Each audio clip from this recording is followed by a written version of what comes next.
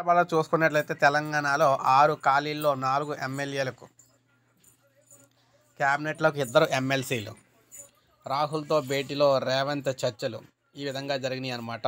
పార్టీని అధికారంలోకి తీసుకొచ్చేందుకు పనిచేసిన వారికి ఎమ్మెల్సీ పదవులు, ఎమ్మెల్సీ అభ్యర్థుల ఎంపిక ప్రక్రియ చేపట్టాలని రేవంత్ను ఆదేశించిన రాహుల్.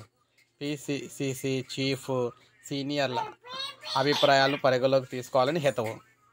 సో మొత్తం మేము చూసుకున్నట్లయితే రాష్ట్ర మంత్రివర్గ విస్తరణపై సమాలోచనలు చేస్తున్న కాంగ్రెస్ అధినాయకత్వం కొత్తగా చేర్చుకునే ఆరుగురు మంత్రుల్లో 2 శాసనమండలి సభ్యులకు అవకాశం కల్పించే అవకాశం అయితే ఉందని దృష్టి సారించారు. దాని మీద ఈ ఇరువురు త్వరలో జరిగే ఎమ్మెల్సీ ఎన్నికల్లో పోటీకి దిగుతున్నారనేది కాంగ్రెస్ పార్టీ కీలక నేతల్లో చర్చ అయితే జరుగుతోందన్నమాట. కులగణన పార్టీ వ్యవహారాలపై చర్చించేందుకు ఢిల్లీ వెళ్లిన ముఖ్యమంత్రి రేవంత్ రెడ్డి పార్టీ అగ్రనేత రాహుల్ గాంధీతో ప్రత్యేకంగా సమావేశమైన సంగతి తెలిసిందే.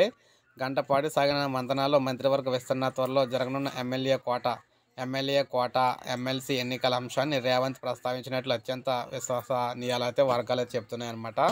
అయితే మొత్తం మేము చూసుకున్నట్లయితే ఇప్పుడు కేబినెట్ విస్తరణలో 4 ఎమ్మెల్యేలకు కొత్తగా ఈ మంత్రి పదవులు ఇస్తున్నారు.